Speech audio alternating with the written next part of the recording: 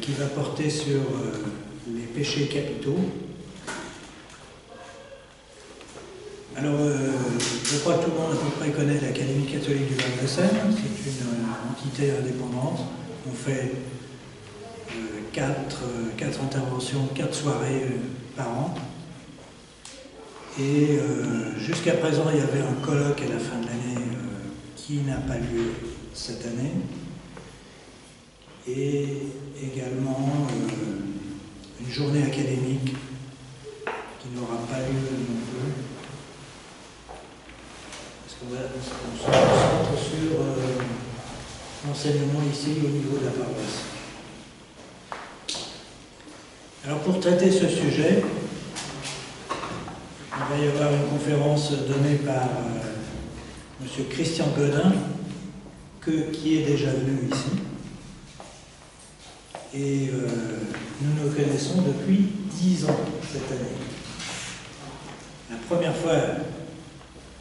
Alors je précise que je vous avais contacté pour une œuvre que vous avez écrite. Vous avez été professeur de philosophie à la faculté de Clermont-Ferrand. Vous êtes agrégé docteur en philosophie.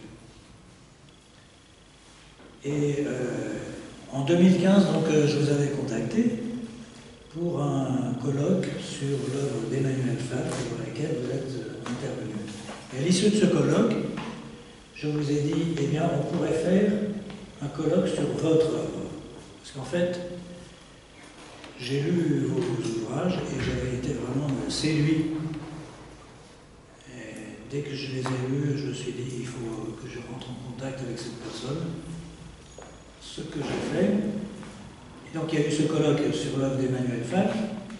Et ce jour-là, je vous ai demandé si vous seriez d'accord pour faire un colloque sur votre œuvre à vous, qui est quand même une œuvre immense.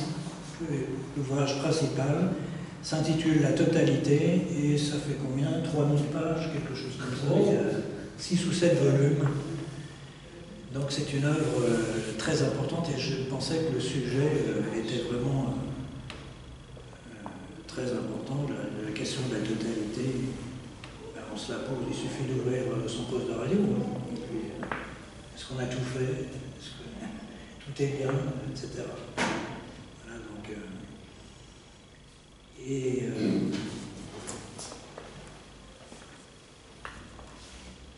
et donc, ce colloque donc, a été résumé dans ces actes qui s'intitule « Institution et destitution de la totalité ». C'était le titre que je vous avais proposé pour ce colloque, qui se tenait pour moitié à l'université de Clermont-Ferrand, là où vous êtes, et l'autre moitié à la Sorbonne. Donc voilà l'ouvrage qui a été l'ouvrage des actes. Eh bien, je vais vous donner la parole pour les péchés capitaux. Merci pour votre présentation, merci pour votre invitation. Je vais vous parler donc des péchés capitaux. Vous savez que c'est un thème qui a été tourné petit à petit en dérision. Nous allons voir pourquoi. Quand on parle aujourd'hui des péchés capitaux, c'est souvent sur le mode ironique. Et pour comprendre ce que sont les péchés capitaux, il faut aussi voir ce qu'ils sont devenus. Parce que, c'est une banalité de le dire, mais les sociétés changent et leur table des valeurs, pour utiliser une expression de Nietzsche, change également, leur morale. Et donc, aujourd'hui, comme nous le verrons, l'expression même de péché capital n'est pas comprise. Et par ailleurs, les 7 péchés capitaux, dont je vais rapidement faire l'analyse ou le constat, disons, l'état des lieux, nous verrons que beaucoup d'entre eux sont également l'objet de contresens, ou du moins d'une inflexion de sens. Aujourd'hui, en effet, à l'exception des chrétiens, et encore pas tous, les péchés capitaux sont devenus incompréhensibles. C'est-à-dire que finalement, on ne sait même pas de quoi il s'agit. En effet, d'abord il faut comprendre ce que c'est qu'un péché. C'est un terme qui, vous le savez, n'est pas utilisé dans le discours public profane, qui n'a de sens que du point de vue religieux. On ne peut pas imaginer, par exemple, que ce terme figure dans nos codes juridiques. Le terme de péché n'existe pas. On connaît le crime, on connaît la faute, mais le péché n'existe que dans un cadre religieux, et encore pas tous, parce que si le péché est une notion qui n'a de sens que dans un contexte religieux, on peut dire qu'il n'a de sens que dans le contexte de certaines religions.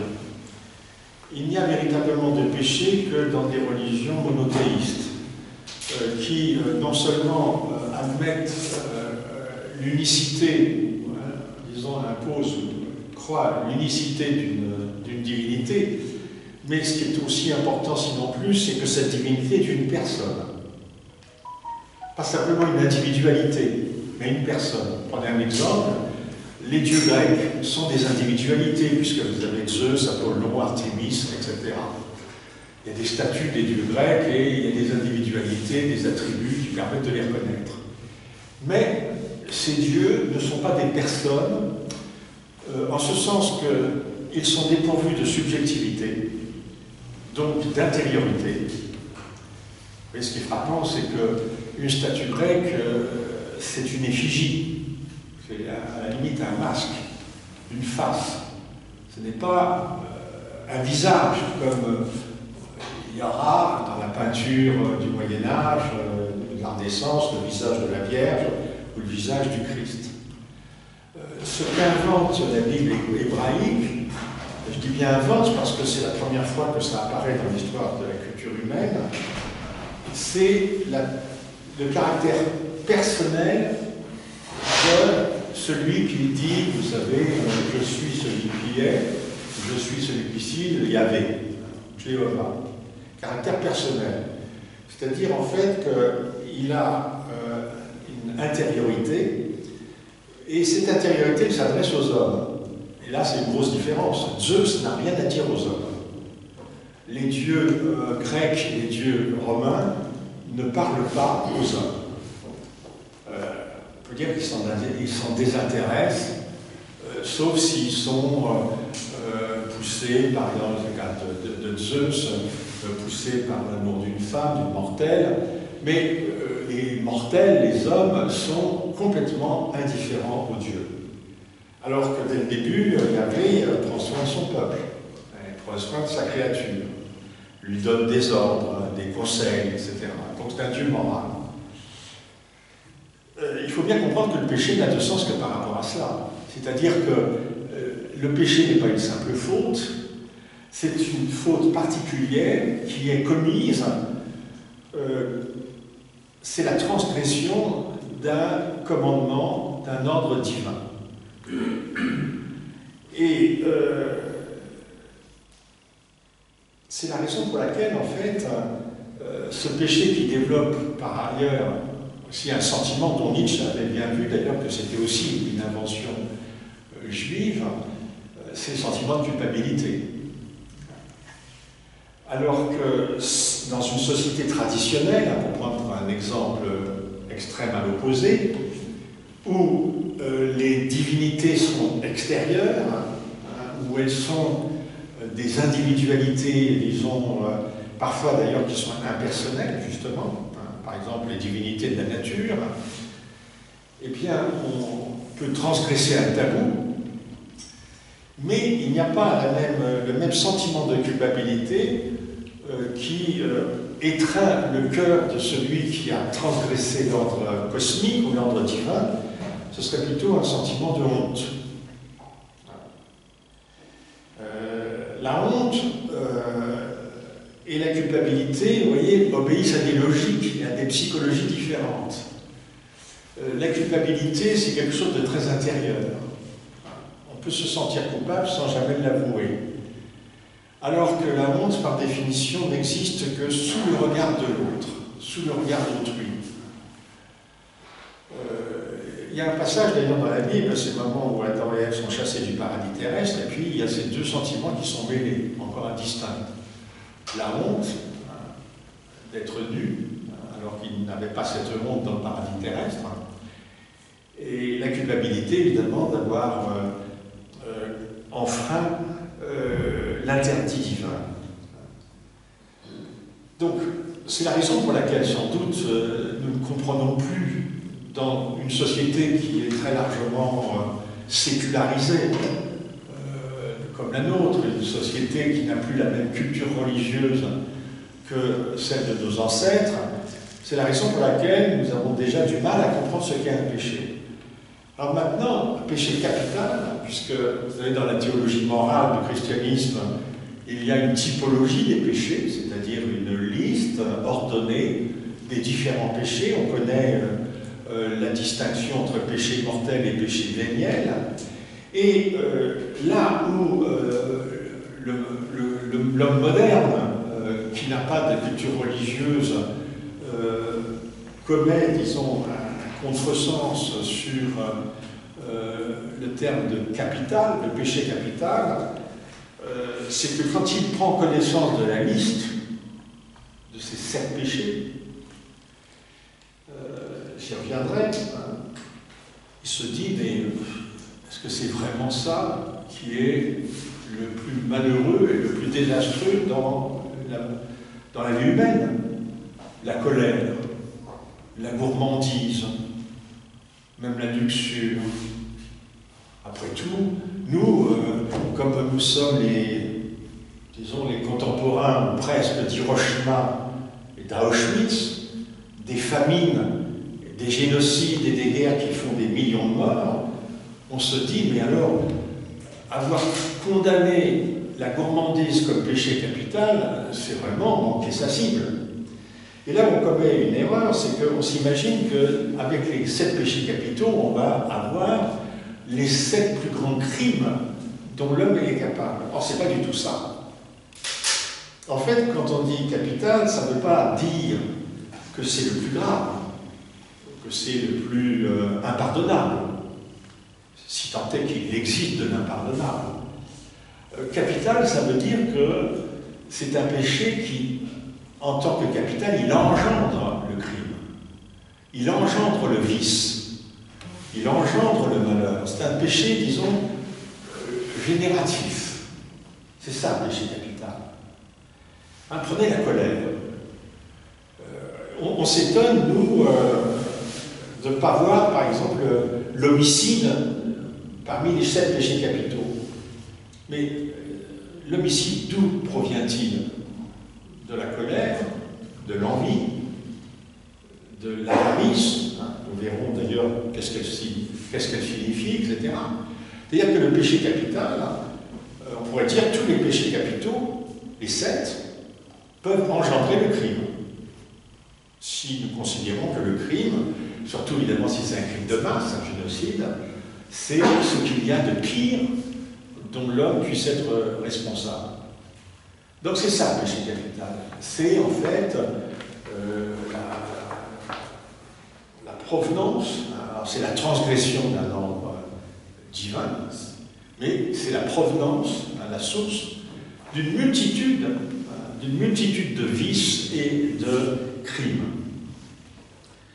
Donc on ne trouvera pas dans la liste de ces péchés capitaux ni le génocide, ni le viol, ni la torture, mais il faut bien comprendre que le génocide, le viol ou la torture, qui sont des mots, M-A-U-X, proviennent justement, si on suit la théologie morale du christianisme, proviennent donc de l'un ou de plusieurs de ces péchés.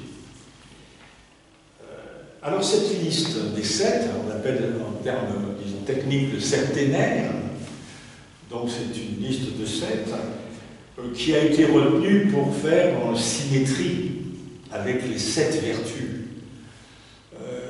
Il y a en effet la distinction entre 3 vertus suprêmes, qui sont les 3 vertus théologales, la foi, l'espérance et la charité, et puis 4 vertus qu'on appelle cardinales, et qui sont en fait, qui ont une provenance philosophique grecque, à la fois platonicienne et stoïcienne. La force, la justice, la tempérance et, je ne me souviens plus, la 4e. La justice. La La sagesse. La sagesse, voilà. La prudence. On voit ça. C'est la prudence, oui. Mais la sagesse, en fait, on traduit prudentia par sagesse pratique. On voit cela dans la sculpture romane et gothique de nos églises et de nos cathédrales, où elles sont représentées par des femmes, les 3 vertus théologales, et puis les 4 vertus cardinales. Alors pourquoi 7 péchés capitaux? C'est pour faire une symétrie avec les 7 vertus. Mais il ne faut pas imaginer que chacun des 7 péchés est le contraire ou contradictoire de l'une des vertus. Ça n'aurait pas de sens. C'est une notion, en fait, c'est une liste qui a été établie par un ermite du IVe siècle qui s'appelle Évagre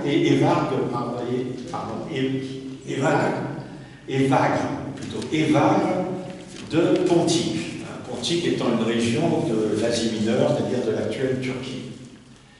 Alors il y avait dans tout le Moyen-Orient, des premiers siècles du christianisme, des chrétiens qui vivaient donc isolés dans le désert. Certains sont devenus célèbres, on les appelle les pères du désert. Certains ont écrit des textes qui nous ont été transmis. Et donc c'est dans ce milieu culturel que les péchés capitaux ont été pour la première fois déterminés et définis.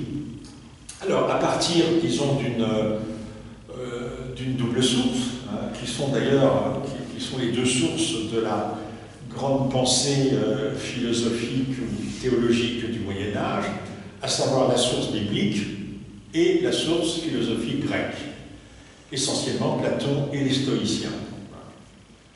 Et donc c'est à partir, disons que c'est une sorte de syncrétisme, de synthèse entre une tradition rationaliste grecque, le logos, et puis une tradition morale, donc judéo-chrétienne.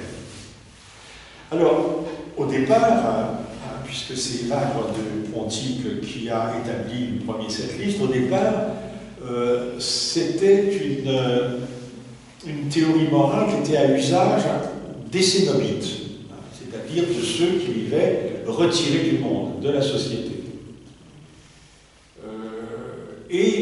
Par la suite, et ça c'est le travail des théologiens et des pères de l'Église postérieure, et en particulier ceux du Moyen-Âge, par la suite, cette philosophie du péché, ou cette théorie des péchés, va être élargie à l'ensemble de la communauté chrétienne et à l'ensemble des hommes. Et cette théorie donc complète des 7 péchés capitaux, alors que chez les pères de l'Église des premiers siècles ou chez les cénobites, vous n'avez que des ébauches. Là, vous avez une systématisation qui sera faite, en particulier d'abord par Grégoire le Grand, le grand pape Grégoire le Grand, responsable, vous savez, d'une très grande réforme qui va changer l'histoire de l'Église, et puis Thomas d'Aquin, au XIIIe siècle. On est dans l'acmé, le sommet des florescences de la culture médiévale. Dans la somme théologique, Thomas d'Aquin donc consacre un chapitre à chacun de ces 7 péchés. Donc là, il y a une stabilisation dans la détermination, la nomination des péchés. Quels sont-ils et qu'est-ce qu'ils signifient? Et pourquoi faut-il absolument s'en abstenir? Et sur le plan littéraire, il y a une transposition qui est très célèbre et qui jouera un rôle dans la culture chrétienne au moins aussi important que la somme théologique, c'est la Divine Comédie de Dante. Dans l'enfer, en effet, vous savez, Dante imagine que son enfer est une sorte d'entonnoir qui prend naissance au fond de la terre, et dans cet enfer, il est structuré par des cercles, des anneaux successifs, et chaque cercle, chaque anneau est occupé donc par une catégorie de pécheurs, et donc vous avez effectivement une place qui est réservée à tous ceux qui ont transgressé donc la règle morale et qui se sont rendus coupables en fait de ces péchés capitaux. Et donc sont évidemment châtiés le plus sévèrement. Autre exemple, disons, de la prégnance, de l'importance de cette thématique des 7 péchés capitaux, nombre de peintres composeront des tableaux allégoriques dans lesquels ils vont représenter en un seul tableau, en un seul cadre, donc les 7 péchés capitaux, le plus célèbre étant Bruegel l'Ancien, mais il y en a bien d'autres. Et donc, par des moyens symboliques relativement simples, la gourmandise, ça va être un type très gros, l'avarice, ça va être un type qui a les mains recourbées sur une bourse, etc. Donc, l'envie, ça va être l'homme de la bouche duquel sort une vipère, ou bien les vipères qui sortent des yeux. Avec cette idée, j'y reviendrai, que l'envie, c'est le fait de regarder l'autre qui est censé posséder quelque chose qu'on n'a pas et qu'on voudrait. Donc il y a cette idée de jeter un œil, un mauvais œil sur quelqu'un, l'envie. Bref, il y a toute une symbolique qui va être constituée autour de ces 7 péchés capitaux. Alors, ce préambule étant fait, venons-en maintenant à la distinction, et on va commencer par l'orgueil, parce qu'en effet, contrairement à ce qui a été souvent dit, le premier péché, c'est-à-dire ce qu'on appelle depuis saint Augustin le péché originel, vous savez que c'est une idée qui ne figure pas dans la Genèse, et que c'est bien après, puisque la Genèse a été composée en gros vers le 7e, 8e siècle avant notre ère. Saint Augustin est du 4e, du 5e siècle, et Saint Augustin, donc, qui est le premier grand, je veux dire, théologien, philosophe de l'Église, Saint Augustin donc, a constitué une théorie du péché originel. Il a interprété donc la Genèse à travers ce nouveau concept. Or, du fait que la tradition symbolique représente Adam et Ève en train de manger la pomme, c'est-à-dire le fruit défendu, on a représenté finalement, on s'est imaginé que la gourmandise était le péché capital. Que si finalement Adam et Ève ont été chassés du paradis, et si l'homme, et ça c'est aussi une théorie augustinienne, si l'humanité tout entière hérite d'Adam et donc de ce péché, d'où la nécessité du baptême qui va nous laver, la rédemption, eh bien, l'idée que ce qu'ont commis Adam et Ève, c'est un péché de gourmandise, c'est une idée naïve qui prend à la lettre une symbolique qui repose sur un jeu de mots. Il se trouve qu'en latin, puisque c'est la Bible de Jérôme, la Bible latine, qui évidemment est lue pendant tout le Moyen-Âge, en latin, malum, ça veut dire à la fois le mal et la pomme. Donc le symbole était tout trouvé. Quand on peignait, quand on faisait des sculptures, quand on représentait le péché originel, eh bien rien de mieux que de représenter donc Adam et Ève en train de croquer une pomme. Alors, qu'est-ce que nous dit la Bible? C'est qu'il y avait dans le paradis des arbres avec des fruits, que Adam et Ève peuvent manger de tous les fruits, sauf de 2 arbres auxquels ils ne peuvent pas toucher. L'arbre de la connaissance du bien et du mal et l'arbre de vie. Autant dit, ce ne sont pas des arbres fruitiers. L'arbre de la connaissance du bien et du mal et l'arbre de vie ne produisent ni pommes, ni poires, ni quoi que ce soit d'autre. Donc, la pomme, c'est une histoire qui est évidemment très parlante, mais évidemment, elle nous met sur une fausse piste, puisque ça nous dit, voilà, l'homme a été gourmand, il s'est laissé tenter par un fruit auquel il n'avait pas le droit. Pourquoi la pomme? Or, c'est quelque chose de beaucoup plus important que ça. C'est pourquoi Dieu interdit-il à l'homme, sa créature, de manger du fruit de l'arbre de la connaissance du bien et du mal? Parce que par définition, la détermination du bien et du mal, c'est l'apanage de Dieu. C'est pas à l'homme de dire qu'est-ce qui est bien, qu'est-ce qui est mal, c'est Dieu qui doit le dire. Donc la transgression est très gravissime, parce que, d'ailleurs, elle correspond à l'une des paroles dites par le... Alors là aussi, on a interprété après coup le serpent, l'animal le plus rusé, comme étant la figuration de Satan. Mais le personnage de Satan ne viendra que bien plus tard, dans la tradition judéo-chrétienne. Je rappelle que la Genèse remonte au XVIIIe siècle. Dans le texte, il est dit « le serpent, l'animal le plus rusé, et qui va tenter Ève et Adam en disant « vous serez comme Dieu ». Vous serez comme Dieu, c'est-à-dire en fait, vous ne serez pas simplement une créature subordonnée, vous serez vraiment au sommet de l'échelle. C'est plus tard qu'on collera la figure de Satan, et encore, pas la première, parce qu'au départ, Satan est un ange qui n'est pas forcément le principe du mal. Il le deviendra très nettement seulement finalement dans l'Évangile qui raconte l'épisode de la tentation au désert. Là, c'est Satan qui tente Jésus, vous savez, au désert, en disant « tu peux gagner le royaume du monde, etc. » Alors que dans le livre de Job, ou dans les prophéties d'Ézéchiel, le personnage de Satan n'est pas forcément le principe satanique qu'il deviendra. Enfin, je ferme la parenthèse. Donc, quel est le péché commis par Adam et Ève? C'est le péché d'orgueil. Alors, qu'est-ce que c'est que l'orgueil? Disons, dans ce contexte, qui est le contexte de la morale judéo-chrétienne, c'est le désir de ne plus être simplement un homme, le désir d'égaler Dieu.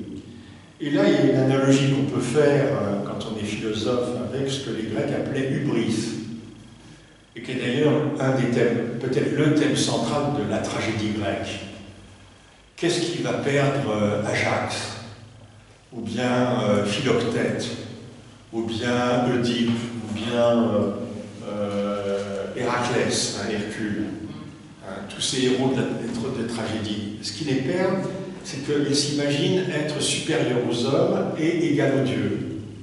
Or, dans la culture grecque, il y a une barrière infranchissable entre le monde des dieux et le monde des hommes. Les dieux sont immortels et les hommes ne le sont pas. Vous savez que c'est le sens même du fameux « connais-toi toi-même », qu'aujourd'hui on comprend si mal, et qui était la devise inscrite dans la pierre du fronton du temple de Delphes, et dont Socrate a fait sa propre devise. Aujourd'hui, quand on entend « connais-toi toi-même », on entend une invitation à faire un retour sur soi, à exercer un examen de conscience ou sa mémoire. Connais-toi toi-même, c'est-à-dire sache qui tu es. Mais le sens est un sens métaphysique. Ça veut dire connais-toi toi-même, sous-entendu, sache que tu es un homme, que tu es voué à la mort, à la finitude, et que tu n'es pas un Dieu. Et la transgression, donc l'hubris, qui va frapper le héros dans les tragédies, et donc il va le conduire à la mort, à la catastrophe finale, cette transgression, c'est cela. C'est le désir, finalement, de sortir de sa condition. Or, c'est ça l'orgueil. Alors, vous voyez comment le terme, évidemment, a fini par être considérablement amoindri, neutralisé, parce qu'aujourd'hui, quand on parle d'orgueil, non seulement on peut utiliser ce terme pour des situations qui sont extrêmement banales, mais de plus, l'orgueil, il est valorisé. Il est en effet complètement, on peut dire, déculpabilisé. Pourquoi? Parce qu'il faut bien se rendre compte que ce désir de dépasser la condition humaine, il est à la base même de la modernité. C'est-à-dire, en gros, la puissance technoscientifique et économique. Depuis la fin du Moyen-Âge, donc cette modernité, qu'on appellera par exemple en économie le capitalisme, et qui est toutes ces grandes inventions techniques, ces innovations scientifiques, l'exploitation économique de la nature. Donc tout cela est mu par le désir qu'a l'homme, eh bien, de dépasser Dieu ou de le remplacer, hein, d'être Dieu. Et aujourd'hui, on entend même parler certains médecins, par exemple dans le cadre de cette utopie, mais ce n'est pas simplement une utopie qu'on appelle le trans ou le post-humanisme, cette idée qu'on arrivera par des moyens médicaux à vaincre la mort. Alors, l'idée de progrès, l'idée de développement, qui est déjà plus modeste que l'idée de progrès, mais le progrès dont au XIXe siècle on faisait la loi de l'histoire, hein, que ce soit Hegel ou Marx, hein, c'était le progrès qui était la flèche, hein, de l'histoire.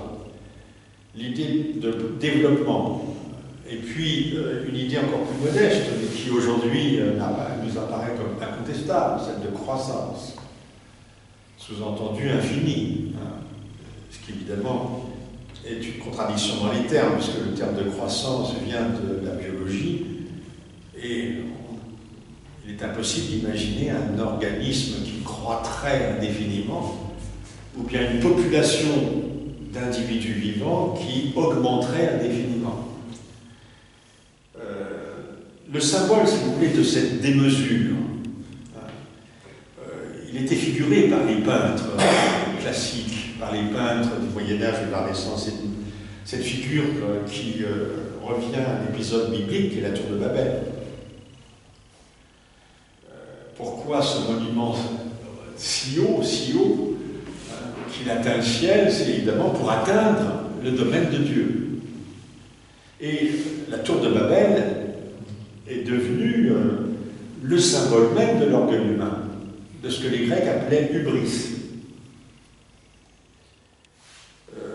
Aujourd'hui, on peut trouver cela dans les constructions les plus ambitieuses, hein, les gratte-ciel, les baraques. Vous savez qu'en Arabie Saoudite, un projet consiste à construire une ville de 100 km de long, avec des monuments flambant neufs, etc. Donc il y a une démesure. Alors quand on songe que la sagesse, hein, dont on parlait tout à l'heure, elle reposait sur l'idéal de mesure, et ça c'est un idéal de toutes les sociétés. Quand on, par exemple, que ce soit les dictons et les proverbes africains, les proverbes grecs, la sagesse grecque, etc., qu'est-ce que c'est qu'un homme qui vit convenablement? C'est quelqu'un qui garde la mesure en toutes choses. Vous voyez. Or, aujourd'hui, nous sommes inversement dans le culte de l'excès, dans tous les domaines. L'excès est valorisé. Il est facile d'en voir évidemment des exemples. Ce que nous appelons exploit dans le domaine sportif, ou le record participe de ce culte de la démesure. Toujours plus haut, toujours plus loin, toujours plus vite. C'est la devise de Coubertin, inventeur des Jeux Olympiques modernes. Donc il y a un radical renversement. L'orgueil qui était un péché capital, et qui était non seulement un péché capital, mais qui était le péché originel. Eh bien l'orgueil, quand on fait l'analyse de notre société, de nos valeurs, et puis aussi de nos mentalités, l'orgueil, il est loué, exalté, valorisé. Il n'y a plus de péché d'orgueil, c'est devenu une vertu, donc un renversement de la table des valeurs. Prenons maintenant le deuxième dans la liste, l'envie. Alors, c'est un ordre, il n'y a pas un ordre canonique, hein, c'est un ordre que j'ai choisi comme cela. Alors, mais je commence par ceux qui ont été le plus radicalement valorisés au point que ce qu'il y avait de négatif en eux est devenu quelque chose de positif. Alors, l'envie, elle se définit de la manière suivante, c'est à la fois un désir et une tristesse. Le désir, c'est celui d'avoir ce que l'autre a. Et la tristesse, c'est celle de ne pas avoir ce que l'autre a. les deux étant corrélés. Donc dans l'envie, vous avez ce jumelage entre un désir et une forme de tristesse. Donc c'est un péché, à la différence de certains autres. C'est un péché qui, plus que tous les autres, si vous voulez, implique la relation à autrui. J'envie quelqu'un. C'est un désir destructeur. Alors il y a une formidable analyse de saint Augustin dans les Confessions, où saint Augustin fait l'observation suivante, d'ailleurs pour justifier son idée de péché originel. Quelque chose d'extraordinairement profond, c'est-à-dire que saint Augustin dit, contrairement à ce qu'on croit, les enfants ne sont pas des innocents, ils sont eux-mêmes les héritiers du péché de leur ancêtre, Adam. Et il donne l'exemple de ces deux bambins. L'un était un peu plus grand que l'autre, il avait un petit enfant de 2 ans, et puis un nourrisson qui était en train de téter sa mère. Et il dit que le petit de 2 ans regardait son petit frère avec envie, invidia. Et c'est quelque chose d'extraordinairement fort. Invidia, c'est l'équivalent latin de l'envie. Ça voulait dire que le bambin regardait son petit frère avec un regard mortel.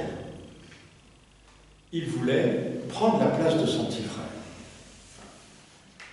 Alors on dit, on confond aujourd'hui, vous savez, envie et jalousie. On pourrait dire qu'il était jaloux, amer. Bon. Mais vous voyez, il y a quelque chose de fort. Dans l'envie, il y a un désir de mort. Alors là, on comprend immédiatement que ça a pu être, disons, taxé de péché capital. Un désir destructeur. Envier, en effet, est toujours négatif. D'ailleurs, on remarquera la chose suivante. On peut se vanter d'être orgueilleux, d'être gourmand. On peut se vanter d'être avare, en ce sens qu'on pourra justifier ça par un souci d'économie. On ne dira pas avare, on dira économe. On peut se vanter de tous les péchés, sauf de celui-là. Personne ne s'avouera envieux.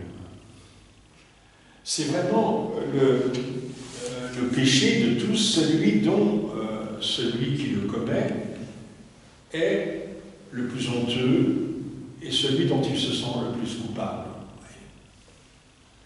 Donc c'est inavouable. On n'avouera jamais qu'on est envieux. Parce qu'on a le sentiment immédiat que c'est pas beau.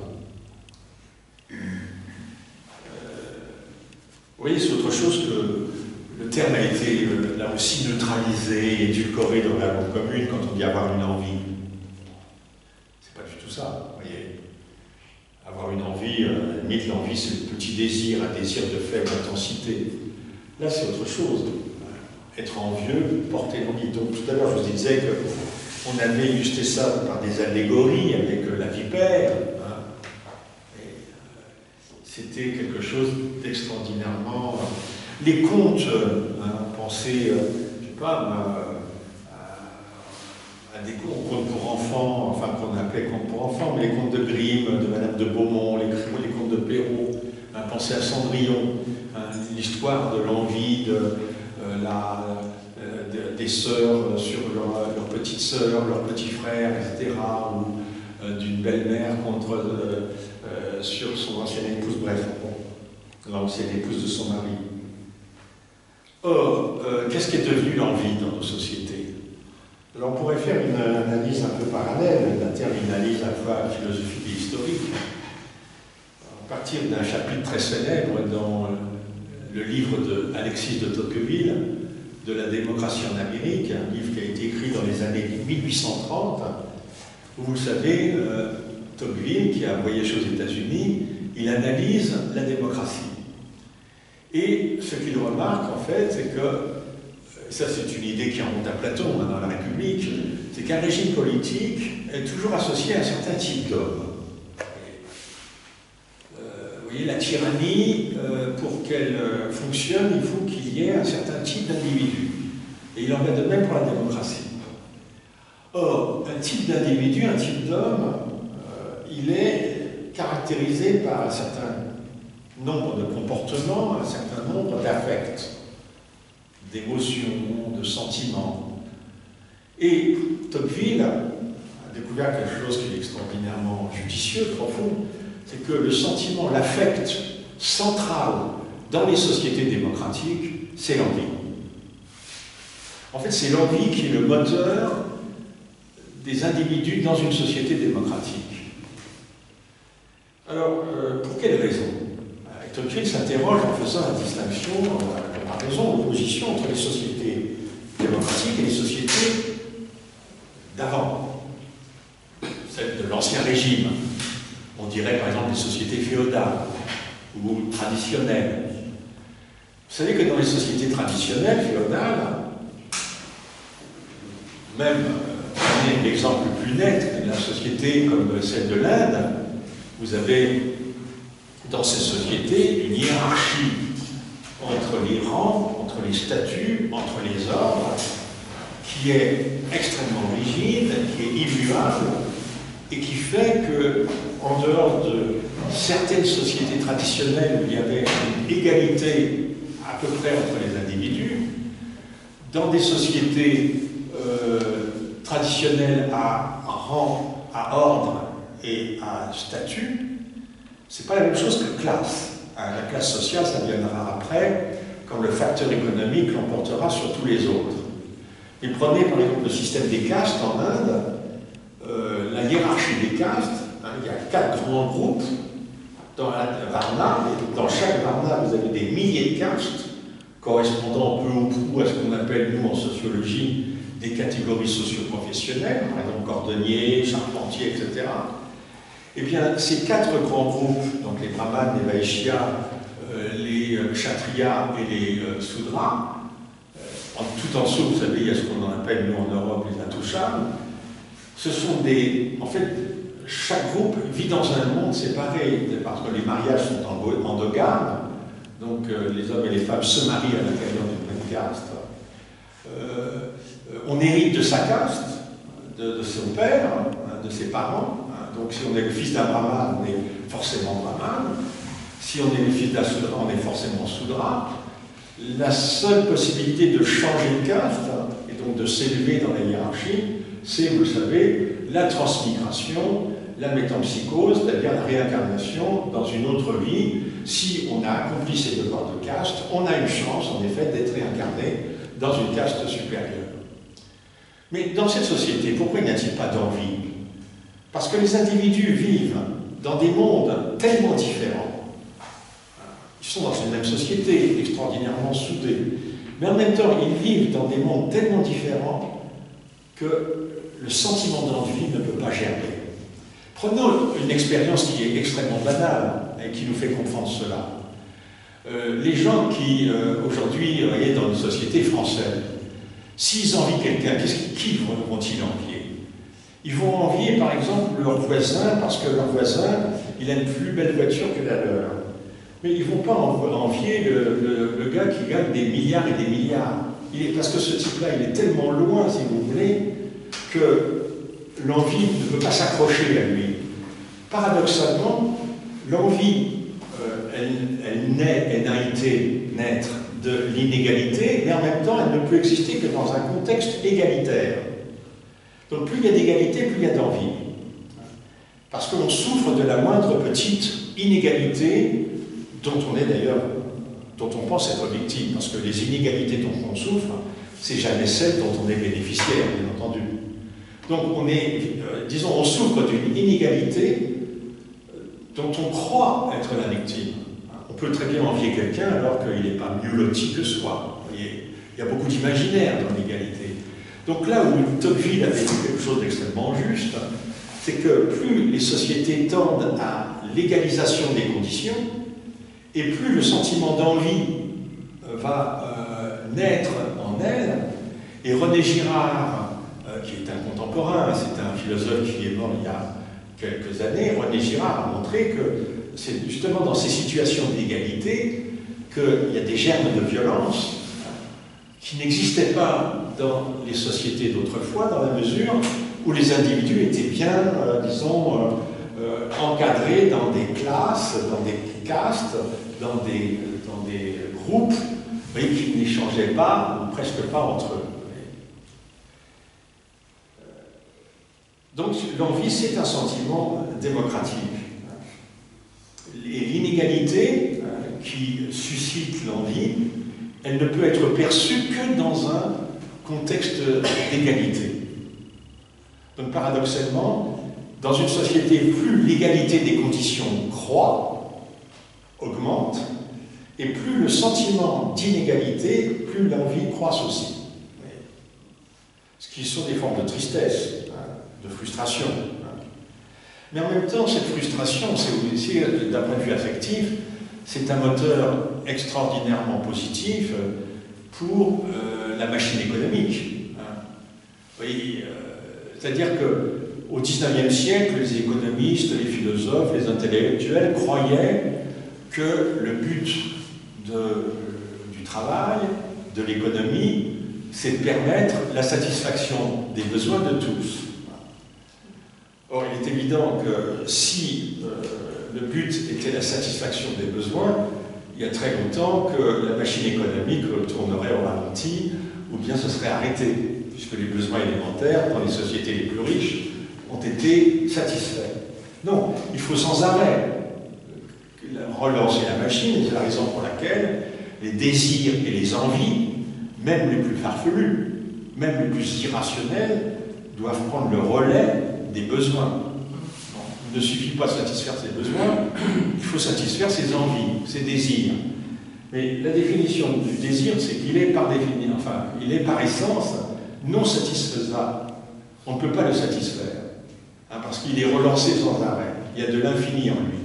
D'ailleurs, les stoïciens, les épicuriens avaient parfaitement vu ça.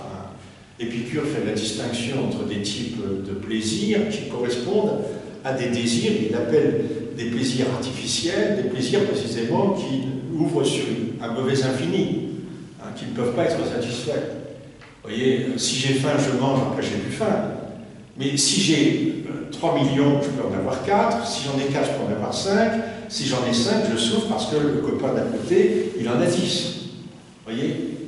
C'est-à-dire qu'en fait, dans ce domaine, qui est celui donc, du travail matériel, de l'économie, il y a un mécanisme pervers qui fait que l'individu va être de plus en plus frustré à mesure même qu'il sera de plus en plus riche et qu'il satisfera de plus en plus ses besoins.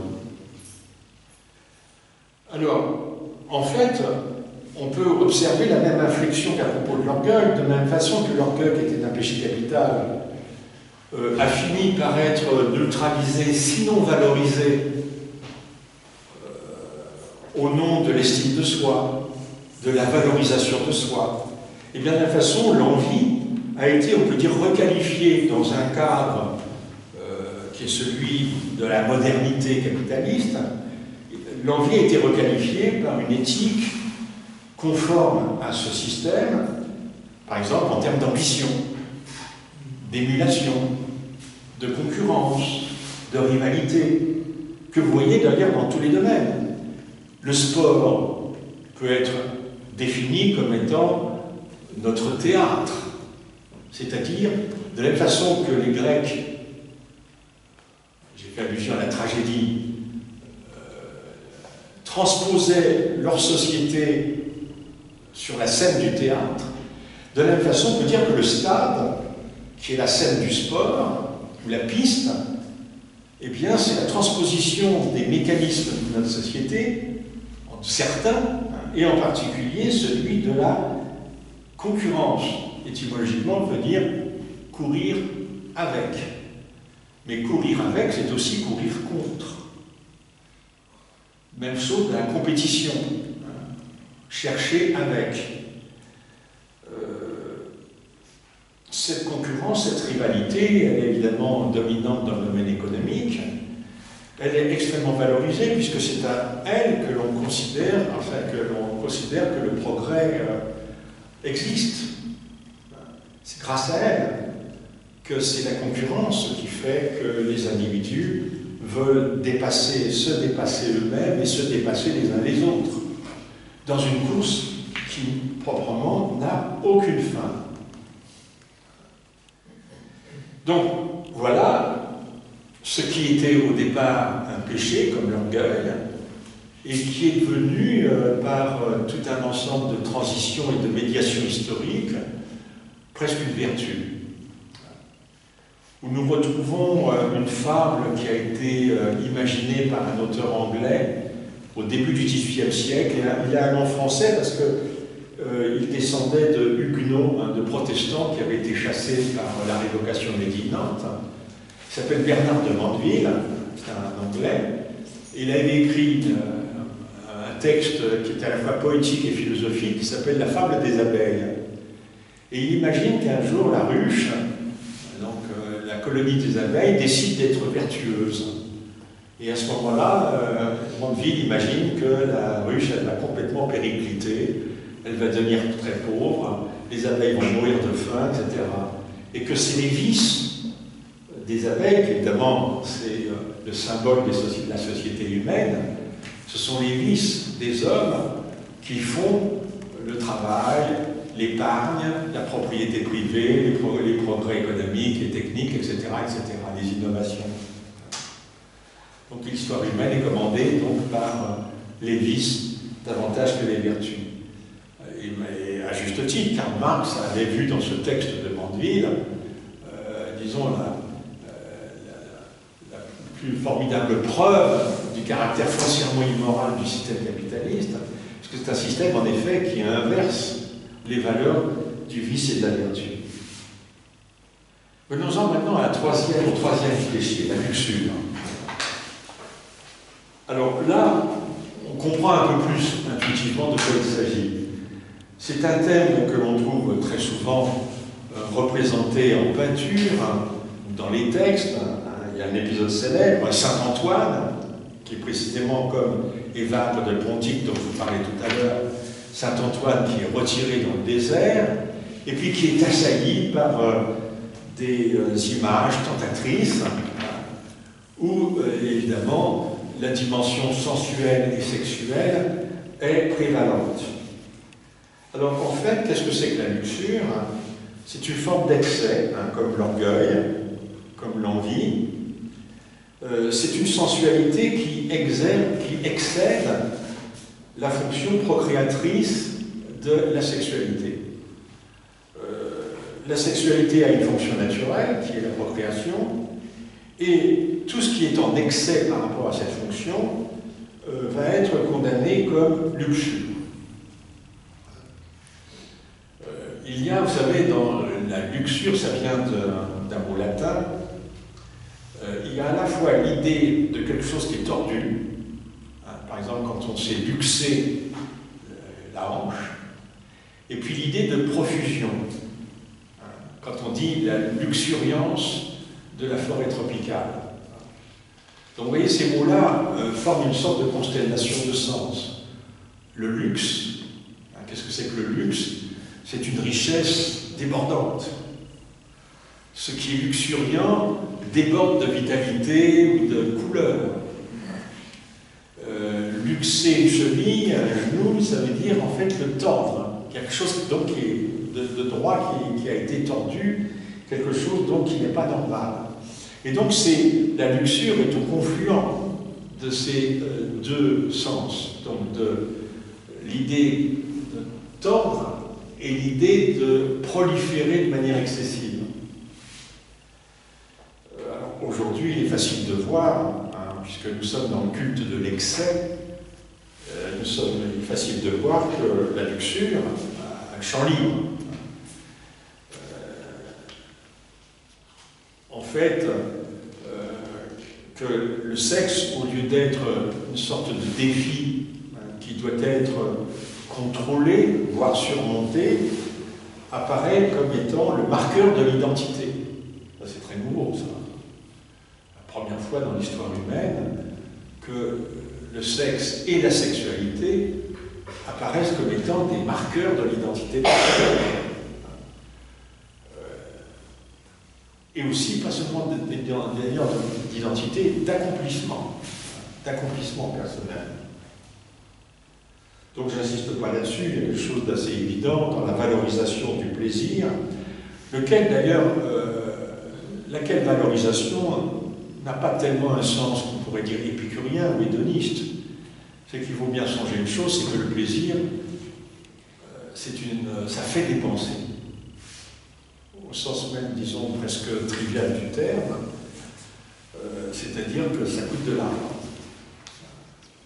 Et donc, si le plaisir est à ce point exalté, c'est pas tellement pour rendre les hommes heureux, pas d'abord pour cela.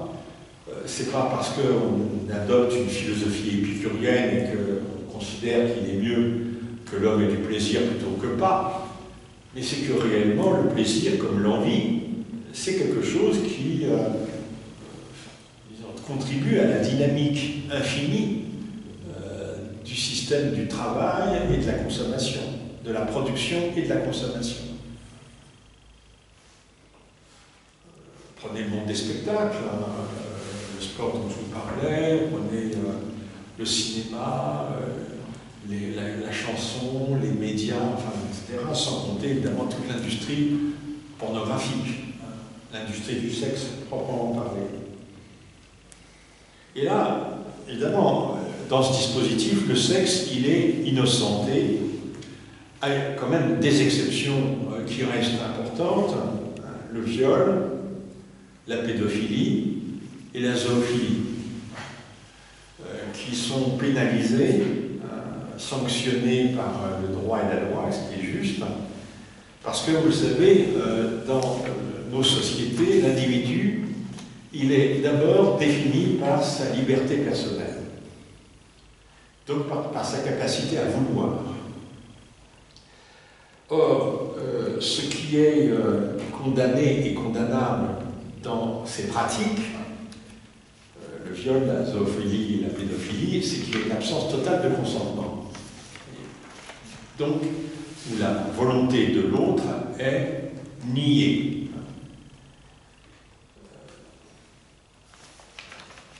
Alors, vous avez en effet toute une dramaturgie autour de cette question-là.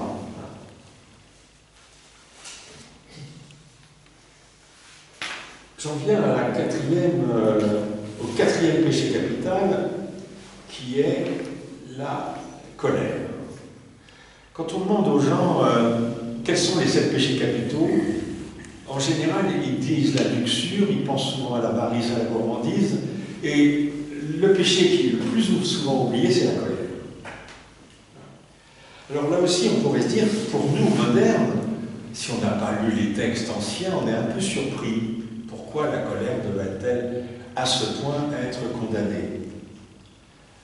Et c'est vrai qu'il y a un réel problème, même dans le cadre de la théologie et de la tradition religieuse. Songez que la colère, c'est aussi le fait de Yahvé. Yahvé, le Dieu de la Bible, n'est pas le seul à être en colère. Vous savez, il y a un des textes les plus célèbres du Moyen-Âge, c'est la prière des morts, le Dies Irae, c'est une des stances de cette messe des morts, le Dies Irae, du jour de colère, donc c'est le jour du jugement. Mais Yahvé n'est pas le seul Dieu dans l'histoire des religions à être en colère. Il y a par exemple chez les Tibétains, qui ont une religion qui est une sorte de syncrétisme entre la religion traditionnelle, qu'on appelle la religion bouddhe, et puis le bouddhisme venu de l'Inde. Il y a des divinités irritées. Alors, vous avez peut-être en tête, vous avez déjà dû voir ça, des images avec des yeux exorbités. En général, d'ailleurs, elles sont couleur rouge. Parce qu'en Asie, en Chine, en Inde, en Tibet, eh bien, le rouge, au théâtre par exemple, c'est le symbole de la colère, de la passion, de la violence. Donc, masque rouge. Donc, c'est si la colère est un affect divin, elle n'est pas forcément mauvaise. Il peut y avoir une bonne colère. Alors, si la colère est un péché, on peut dire que Jésus l'a commis. C'est le seul péché que Jésus ait commis quand il a pris son fouet et a chassé les marchands du temple. Dans les évangiles, il est en colère. Alors que, on regarderait, dans les autres péchés, on ne peut pas le soupçonner d'avoir commis même un petit peu l'un des 6 autres. Mais en revanche, donc il existe des bonnes, il existe même, et c'est caractéristique, vous savez, il y a une expression, bon, même si elle a un peu passé de mode, on disait une sainte colère. Sainte colère ou saine colère. Des colères qui sont finalement bonnes.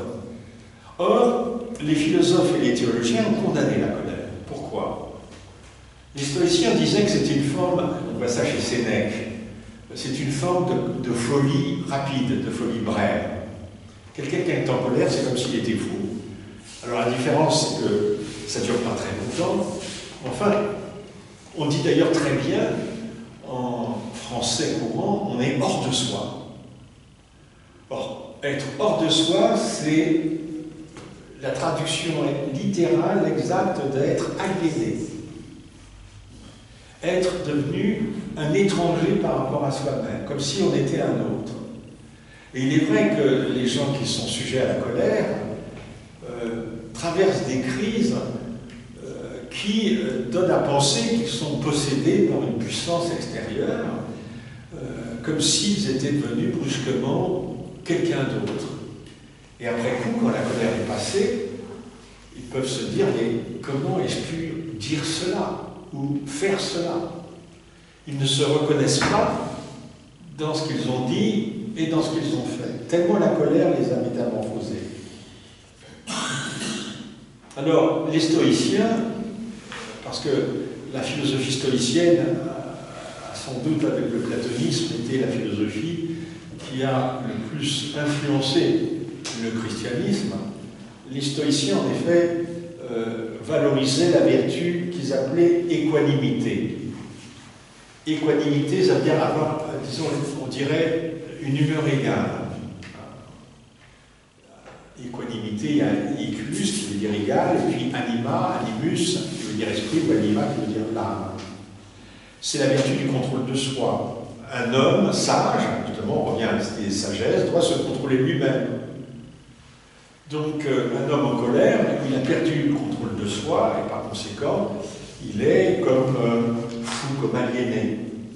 Par ailleurs, l'autre motif de la condamnation de la colère, c'est qu'on sait très bien que la colère est violente en elle-même, et elle peut faire commettre à celui qui est pris par elle des actes de violence extrême, par exemple de mort, de meurtre. La colère est un signe de destruction. Il y a dans la colère une sorte de comportement magique qui fait que l'individu qui est pris dans cette espèce de crise subjective voudrait la destruction de l'autre ou même la destruction du monde. Alors on comprend très bien que cette destruction puisse faire peur, mais aussi on comprend qu'elle ait pu être valorisée. Il y a toute une littérature qui fait l'apologie de la colère, en même temps qu'elle fait l'apologie de la révolte, de la révolution. Puisque d'où viennent les révoltes, d'où viennent les révolutions qui sont nées de prise de conscience que quelque chose ne va pas. Et que par conséquent, on verra dans la colère ce qui, justement, est éminemment positif par rapport à l'indifférence, à la résignation, à la passivité. L'absence de colère, on va la condamner comme étant un signe de mollesse, d'apathie, de résignation. Alors, il y a quelque chose d'assez curieux parce qu'en même temps que la colère est globalement valorisée, donc réhabilitée, si on peut dire, on peut se demander si elle n'est pas devenue plus rare qu'on ne le croit. Parce que quand on entend les discours publics, par exemple les radios, quand on lit les journaux, on s'aperçoit qu'on attribue à la colère ce qui en fait ressort d'autres affects, comme la mauvaise humeur, l'indignation, la rogne. On n'est pas content. Et la colère l'inverse autre chose. Et aujourd'hui, on attribue volontiers, en fait, à la colère des choses qui sont étrangères à elle. On confond aussi, ça c'est quelque chose d'extrêmement intéressant à analyser, la colère avec la haine. Alors qu'il s'agit tout de même de deux mécanismes affectifs. Alors bien sûr, on voit quelles peuvent être les passerelles entre les deux, mais tout de même deux mécanismes affectifs assez différents l'un de l'autre. Venons-en maintenant à l'avarice.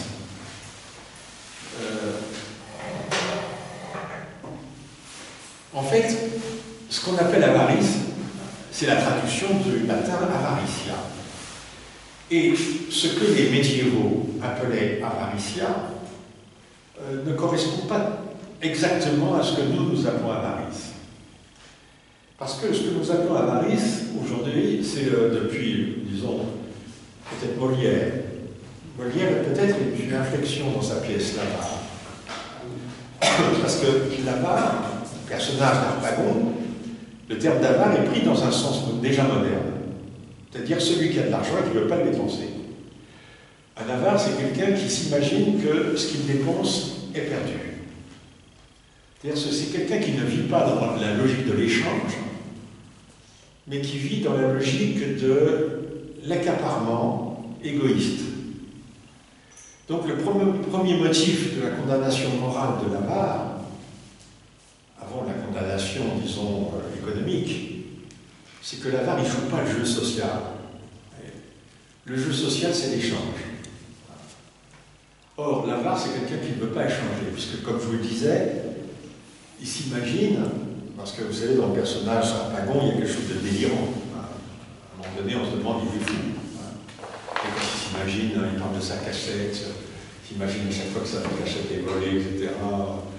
Et l'avare, c'est quelqu'un, en fait, il y a un mot qui correspond davantage à ce que les anciens appelaient avaritia, c'est cupidité. Ce qui n'est pas tout à fait la même chose, parce que l'avare, c'est quelqu'un qui s'imagine qu'il perd en dépensant, alors que le cupide, c'est celui qui veut accaparer. Et comme désir, la cupidité, c'est le désir par excellence, puisque la cupidité n'a pas de but, n'a pas de fin, n'a pas de terme. C'est celui, en fait, qui se retranche du corps social et qui en prend plus que sa part. Donc, en fait, pourquoi l'avarice était un péché capital? C'est parce que l'avare, c'est quelqu'un qui, dans sa cupidité, prend une part qui, normalement, ne devrait pas lui revenir. C'est-à-dire, en fait, il commet une grave faute qui est celle de l'injustice. Un avare, c'est à la fois quelqu'un qui ne joue pas le jeu social et en même temps qui commet la faute d'injustice. Il est injuste parce qu'il prend plus que ce qui doit lui revenir. La morale chrétienne est une morale d'égalité globale. Et chacun doit avoir la part qui doit lui revenir. Mais en prendre davantage. Tout à l'heure, je vous parlais du millionnaire qui voulait doubler sa fortune. Aujourd'hui, évidemment, on n'en est plus au million, on en est aux milliards de dollars. Elon Musk, il a une fortune qui, évidemment, varie beaucoup en fonction des cours de la bourse.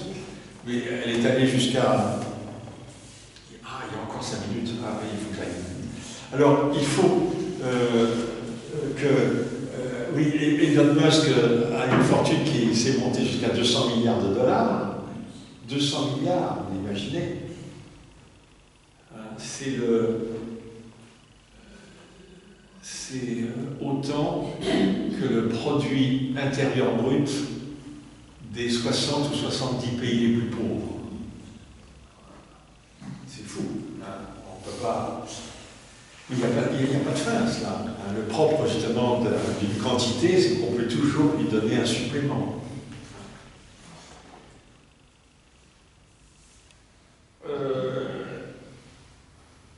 Donc l'avarice, aujourd'hui, elle n'est pas condamnée pour des raisons morales. Elle est condamnée pour des raisons économiques. rare, l'avarice. Pourquoi? Parce que si au départ, l'homme du système capitaliste était quelqu'un qui épargnait, parce qu'il n'y a pas d'investissement sans épargne, aujourd'hui, vous le savez, nous sommes dans un comportement de dette. Les individus, les sociétés, les collectifs, collectivités locales, les entreprises, les États sont endettés. Donc on est aux antipodes de l'avarice, puisque par définition, être endetté, c'est-à-dire qu'on a dépensé une somme d'argent dont on n'est pas le propriétaire. Alors, si bien qu'en fait, la cupidité, elle est implicitement entretenue, avoir toujours plus, gagner toujours plus, et en même temps, le comportement induit par l'idéologie et par notre environnement social, économique et historique, c'est un comportement qui nous pousse dans une fuite en avant et qui est un comportement de dette. On ne voit pas ça dans le théâtre classique, vous voyez. Le personnage d'Harpagon, par exemple, il n'existe plus qu'à l'état de résidu. C'est plus un personnage emblématique de notre société moderne. Bon, on pourrait dire évidemment qu'il y a des héritages symboliques de cette condamnation de l'avarice dans le comportement, disons, de l'économie de la simplicité volontaire, ou bien de la condamnation du gaspillage. Alors j'en viens rapidement à la paresse. Alors là, c'est sans doute le péché capital qui a été l'objet du contresens le plus radical, parce que pour nous, qui sommes, disons, liés toujours à ce que Hegel appelle la prose du monde, c'est-à-dire le travail, la consommation, la production, donc pour nous, la paresse, c'est le vice de celui qui ne veut pas travailler. Mais au départ, la paresse, c'est ce qu'on appelle aussi en grec, en fait, transmission du grec, assédie, et qui était un péché qui était une tentation grave chez les pères du désert. L'assédie, A-C-E-D-I-E, c'est le dégoût des choses spirituelles, c'est une sorte de grande fatigue mentale, on dirait presque un état de dépression, qui s'empare de celui qui doit prier, qui doit faire des exercices ascétiques, et qui est dans un état qui le rend incapable de poursuivre. Il est dans une sorte de doute profond, et c'est ça la paresse. Et c'est au moment, vous voyez, de la naissance du capitalisme, ce qu'on appelle comme cela, à la fin du Moyen-Âge et au début de la Renaissance, que le terme de paresse a fini par désigner toute autre chose. C'est-à-dire, comme je le disais, la tendance à ne pas vouloir travailler. Chose qui a été tantôt condamnée, parce que le travail, c'est une nécessité vitale et en même temps un devoir social. Et en même temps, vous connaissez peut-être le titre d'un ouvrage du genre de Karl Marx, Paul Lafargue, qui a écrit un éloge de la paresse. Or, il faudrait évidemment, pour analyser cela, parler de la société des loisirs, la dévalorisation du travail, et en même temps de façon contradictoire, parce qu'on vit dans une situation un peu schizophrénique. On peut dire que l'homme n'a jamais autant travaillé qu'aujourd'hui. La quantité de travail fournie par les êtres humains, même proportionnellement à la population, mais la quantité de travail fournie par les êtres humains aujourd'hui est infiniment plus grande que celle de ses ancêtres. Marshall Salins, par exemple, qui est un grand spécialiste de la préhistoire, calcule globalement qu'il suffisait de 2-3 heures de travail à nos ancêtres de la préhistoire pour subvenir à leurs besoins. Donc c'est en fait la société industrielle qui a mis tout le monde au travail.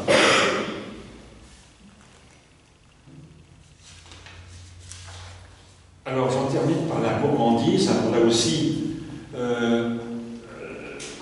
il y a des équivoques profondes, parce qu'aujourd'hui, la gourmandise, personne ne la condamne vraiment. On On peut dire même qu'on est capable de se vanter d'être gourmand. Avec ironie, on dit bon, je suis gourmand. Et d'ailleurs, c'est Brillat Savarin qui a fait l'éloge de la gourmandise, qui l'oppose précisément à la gloutonnerie. Or, ce qui était condamné comme péché capital sous le terme de gourmandise correspond justement à la gloutonnerie. On dirait de quelqu'un qui, au lieu de manger, baffe. Il baffe. C'est pas qu'il aime manger, c'est qu'il est dans une sorte d'excès, là, on retrouve l'idée d'excès. Les personnages de Bruegel, les fêtes flamandes, vous avez des personnages obèses qui mangent des chapelets de saucisses, ou bien pensez à Rabelais. Donc vous voyez, on est loin de notre idée de gourmandise qui renvoie plutôt au gourmet qu'au baffeur. Et le glouton, si vous voulez, c'est un peu l'équivalent de, par exemple, de la gourmandise et l'analogue un peu de la luxure. C'est-à-dire qu'il y a un excès, et un excès qui contrevient à la mesure et à l'ordre social. Parce qu'en mangeant énormément, le glouton, c'est quelqu'un qui, dans une société, disons, de rareté, où les marchandises sont rares et précaires, le glouton, c'est quelqu'un qui mange plus que sa part, et par conséquent, qui commet une injustice à l'égard de tous les autres.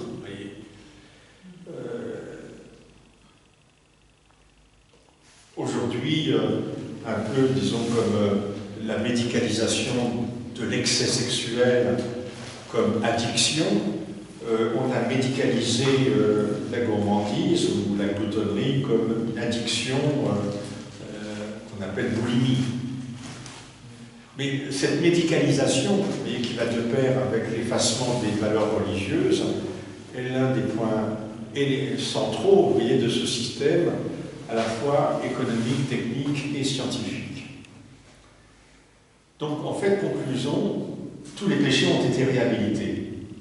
Tous ont été désacralisés, c'est-à-dire ont perdu leur sens et leur valeur religieuse de départ. Les seuls excès condamnés au nom des valeurs, alors, c'est dans le cadre d'une hygiène personnelle de vie, ou bien alors le respect de la volonté d'autrui, ou alors encore, dans le cadre de certains courants écologistes, par exemple la lutte contre le gaspillage, ou bien le consumérisme excessif, le respect donc d'un environnement qui nous assure, à nous humains, la survie. Donc voilà, vous voyez comment des thèmes ont pu subir historiquement des inflexions radicales, puisque certains ont vu leurs valeurs complètement inversées. Voilà, excusez-moi, j'ai débordé. Merci.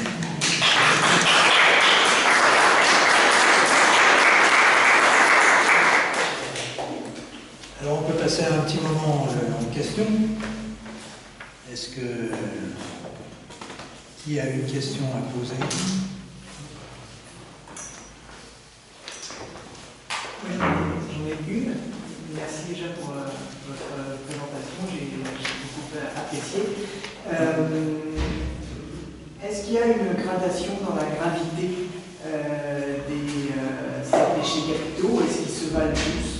Vous disiez tout à l'heure que Jésus a fait le péché de colère. Est-ce qu'il est un peu moins grave parce qu'il était totalement éloigné des autres? Ou est-ce qu'ils ont tous le même poids et le même impact? Là-dessus, les auteurs ne sont pas d'accord les uns avec les autres. Il y a certains qui estiment, par exemple, que le plus grave péché, c'est pour ça que j'ai commencé par lui, c'est l'orgueil. D'ailleurs, c'est peut-être la majorité. Parce que, dans un cadre religieux, le désir d'être Dieu, c'est vraiment la faute suprême. Parce que ça veut dire qu'on ne reconnaît pas la puissance de Dieu et sa transcendance. Donc je pourrais dire oui, peut-être ça. Maintenant, pour les autres, il faut bien se rendre compte que chaque péché peut induire des comportements qui peuvent être disons, moyennement nocifs, et puis d'autres qui sont franchement criminels. Ce qui est logique. Sous le coup de la colère, tout simplement casser un verre, et on peut aussi tuer quelqu'un. Et donc, il y a évidemment gradation énorme. C'est ça qui nous rend d'ailleurs l'idée de péché capital difficile aujourd'hui à saisir. Parce que nous pensons tout de suite à l'acte et pas à ses fondements. Alors que la question du péché capital, c'est la question du fondement de l'acte.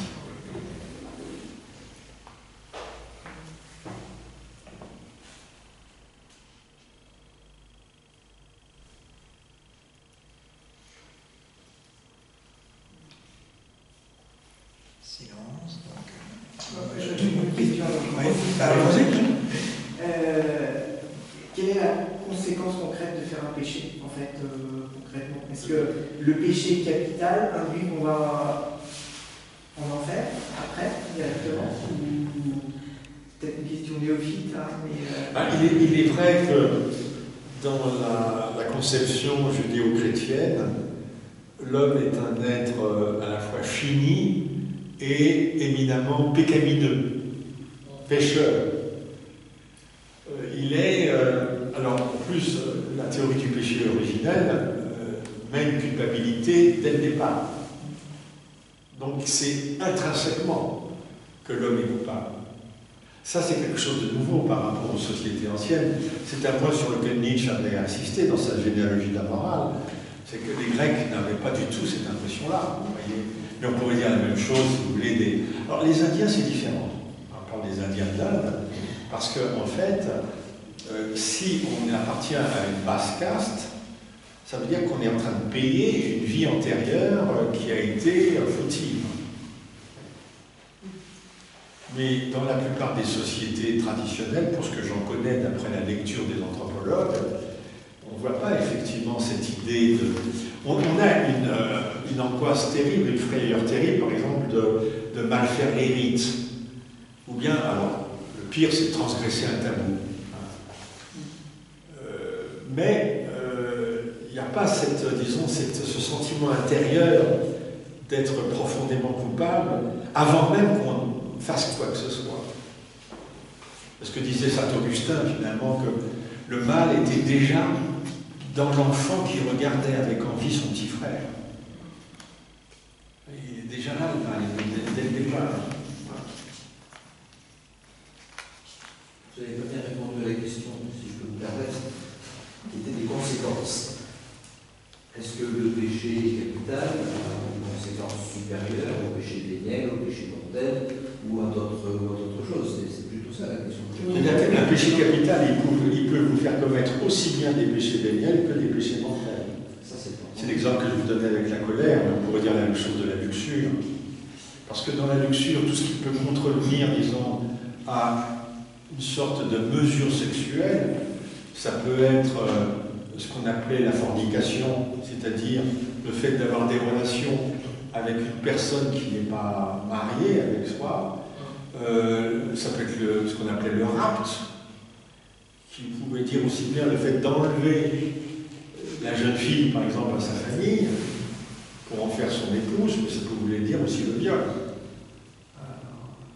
Donc, vous voyez quand même que le même, si vous voulez, le même péché, et puis il faut considérer aussi, vous savez, la distinction, toute la catégorisation que fait Jésus dans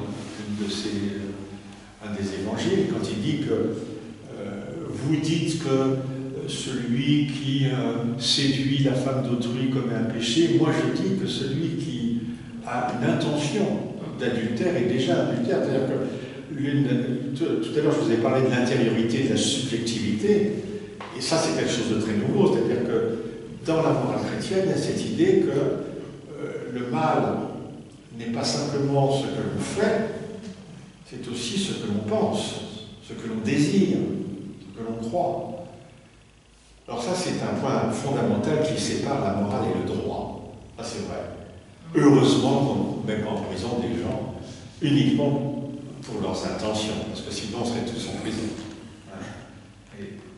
Mais on dit, vous savez, il y a une anecdote assez étonnante, assez amusante, que c'est dans l'Antiquité romaine, il y a quelqu'un qui avait rêvé qu'il assassinait l'empereur, et il a commis l'imprudence de le raconter. On l'a rapporté à l'empereur, et le type a été condamné à mort pour avoir rêvé d'avoir assassiné l'empereur. D'un point de vue du droit, parce que la question se pose par exemple pour, vous savez, aujourd'hui on parle de, bon, par exemple quand on condamne un terroriste, s'il y a une préparation caractérisée de l'action terroriste, il est évidemment criminel, avant même que l'acte terroriste ne soit accompli. Donc aujourd'hui, les sociétés qui sont soucieuses de sécurité ont tendance à remonter de plus en plus loin, vous voyez, dans la chaîne des actes et des causes. Maintenant, il y a un moment où si c'est simplement une envie, un désir, mais qui n'a pas eu un commencement d'exécution, sur le plan du droit, la personne est innocente. Mais sur le plan moral, elle ne l'est pas. Vous voyez, enfin, sur le plan de la morale chrétienne. C'est-à-dire qu'en fait, la morale est beaucoup plus exigeante, puisqu'elle considère qu'on commet une faute.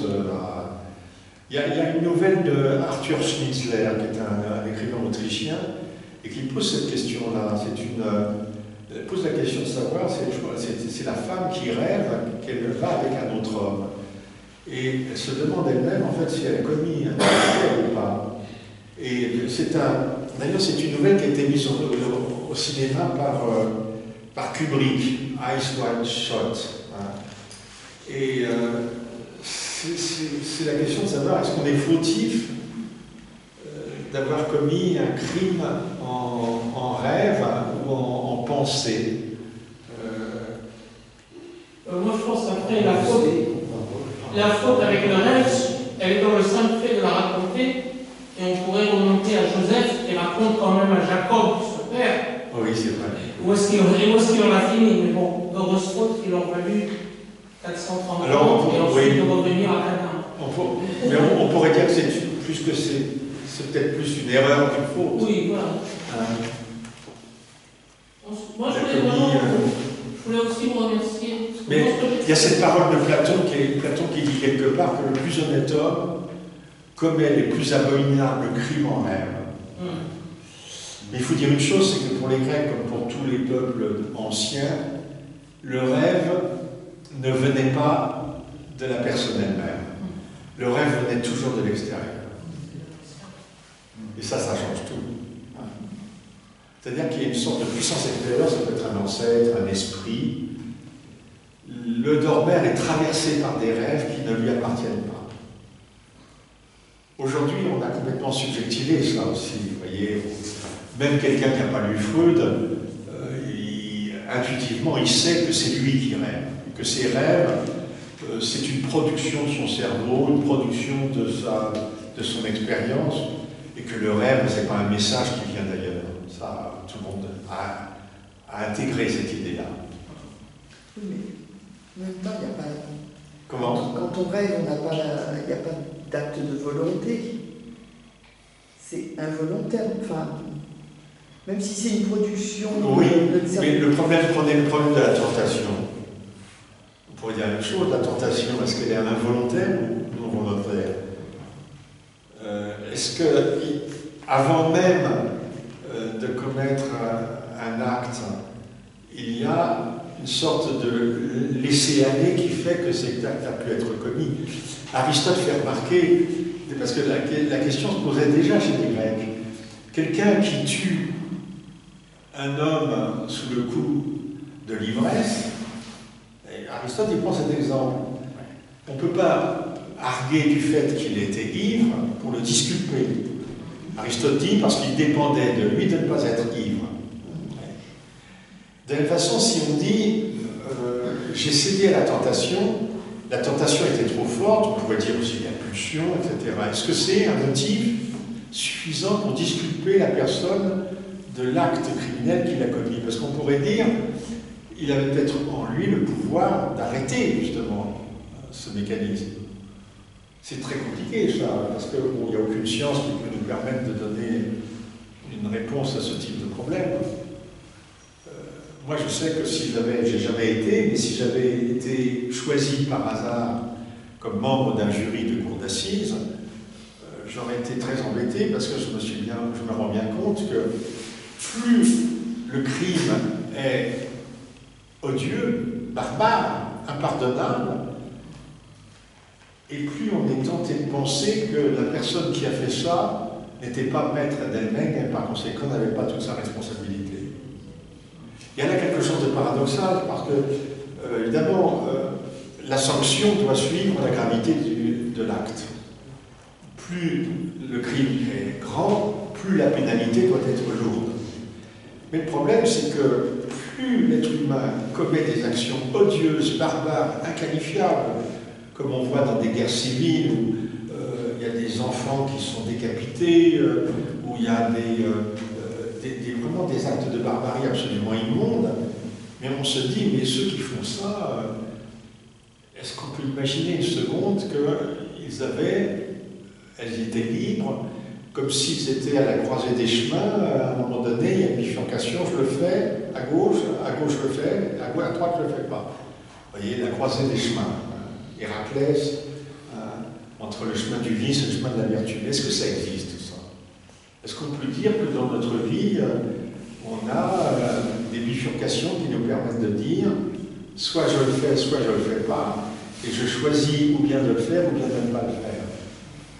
Parce que souvent, quand on analyse dans ces termes, c'est que Sartre le montre dans L'être et le néant, quand on analyse dans ces termes, c'est que le choix, en réalité, a déjà été fait en amont.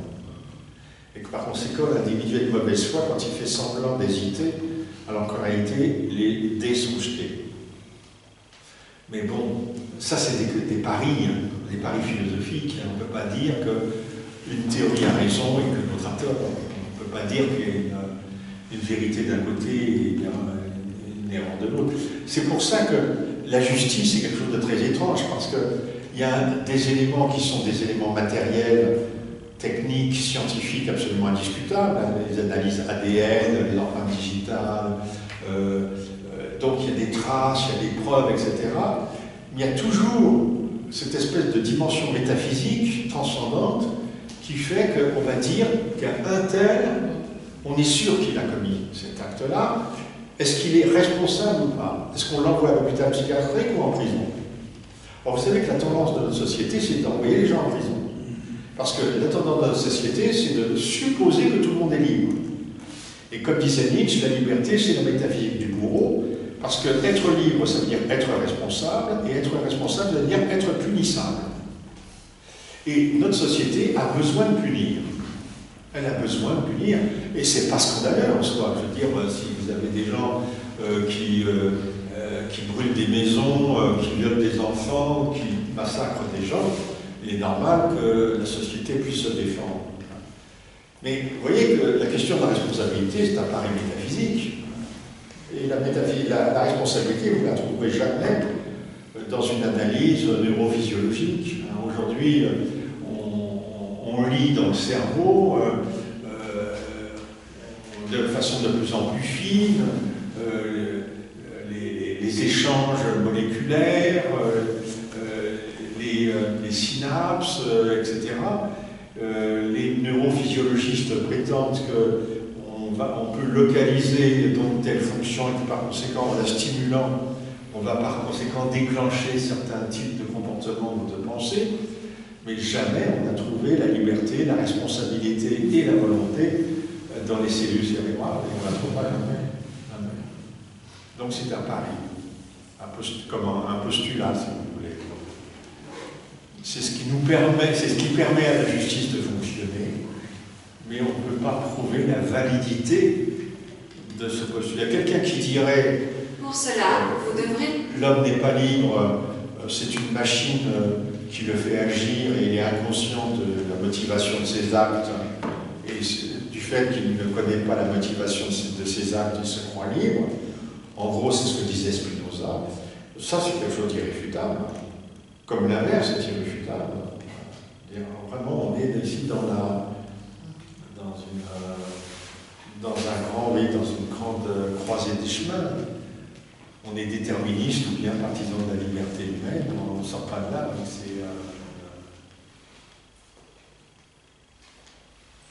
Alors, dans le Didascalikos de Alkinobos, Didascalikos, enseignement sur les doctrines de Platon, au chapitre 30, il est dit « En outre, les vices ne s'entraînent pas les uns les autres. » Alors évidemment, j'ai tout de suite pensé au fait que les vertus, elles, s'entraînent les unes les autres, puisque l'un des paradoxes des stoïciens, c'est que si on a une vertu, alors on a toutes les vertus, et si on manque d'une vertu, alors on manque de toutes les vertus. Donc, les vices ne s'entraînent pas les uns les autres. En effet, certains sont contraires et ne sauraient exister dans le même sujet. Il en est ainsi de la témérité et de la timidité.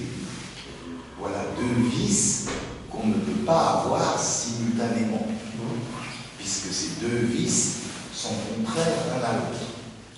Ça reprend l'idée d'Aristote. Oui, et alors la question donc que je voudrais vous poser, parce que Aristote définit la vertu. Pourquoi vous avez choisi de faire un système des péchés plutôt qu'un système des vertus? Car avec un système des vertus, vous auriez eu une unité de toutes les vertus entre elles qui s'impliquent les unes les autres, c'est-à-dire qu'on ne peut pas être courageux si on n'a pas en même temps de l'intelligence.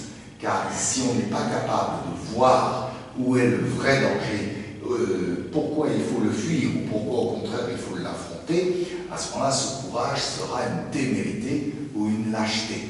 Donc les vertus ont besoin les unes des autres. Oui, tandis que les vices... C'est une conception que contestait Aristote. Ah bon? C'est une conception qui héritait de Platon.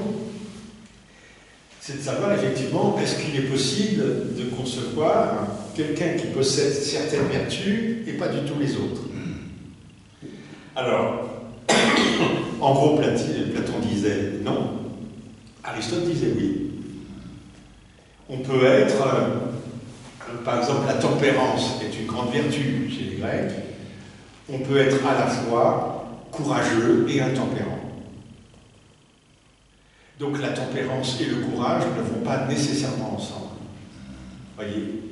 Alors, ce qui est vrai, c'est que Aristote définit la vertu comme étant un milieu entre un excès et un défaut. Et c'est l'exemple du courage. Le courage est une vertu. Il y a un excès qui s'appelle la témérité. Donc la témérité, c'est quelqu'un qui va, par exemple, aller de façon inconsidérée au-devant du danger. Celui-là, on ne dira pas qu'il est courageux. Mais et puis le timide, le couard, le peureux, lui, c'est le défaut du courage. Alors c'est vrai qu'on ne peut pas être à la fois peureux et téméraire dans le même contexte. Mais on peut très bien être peureux dans certaines occasions et téméraire dans d'autres. Oui, ça c'est parce qu'on est dans le devenir.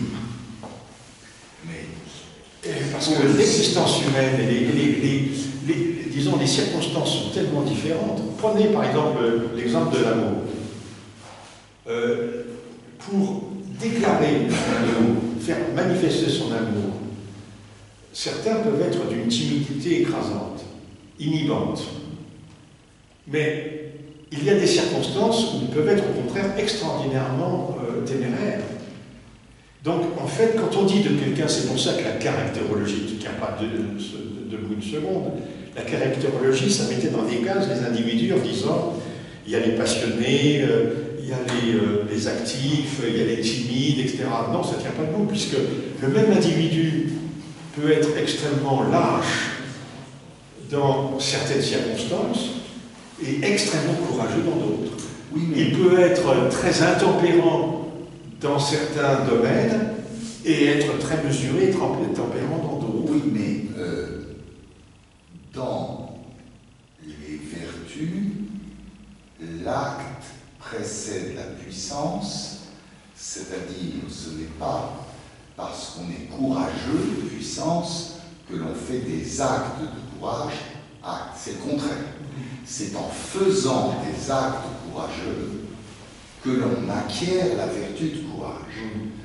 Donc, il me semble que la vertu est une tendance à faire des actes bons, et le vice est une tendance à faire des actes mauvais, et le genre de ces deux choses, les vertus et les vices, ce sont les habitus. Donc il me semble qu'il y a des habitus, c'est-à-dire des tendances à faire des actes de courage, et des tendances à faire des actes vicieux. Par exemple, quand on va chez un médecin, c'est parce qu'on pense qu'il a tendance à faire des actes qui seront bons sur le plan de la santé. C'est-à-dire que le médecin a acquis une vertu. Donc, moi je pense que quelle que soit l'accidentalité, terme très aristotélicien, quelle que soit l'accidentalité de la vie et du monde, il me semble que ça n'empêche pas qu'il existe des hommes vertueux et des hommes vicieux. Et à ce moment-là, ils ont des tendances fixes, même s'il leur arrive des accidents. Mais les accidents, c'est accidentel. Mais la tendance générale va être justement générale. C'est-à-dire qu'en général, ils vont faire des actes de courage.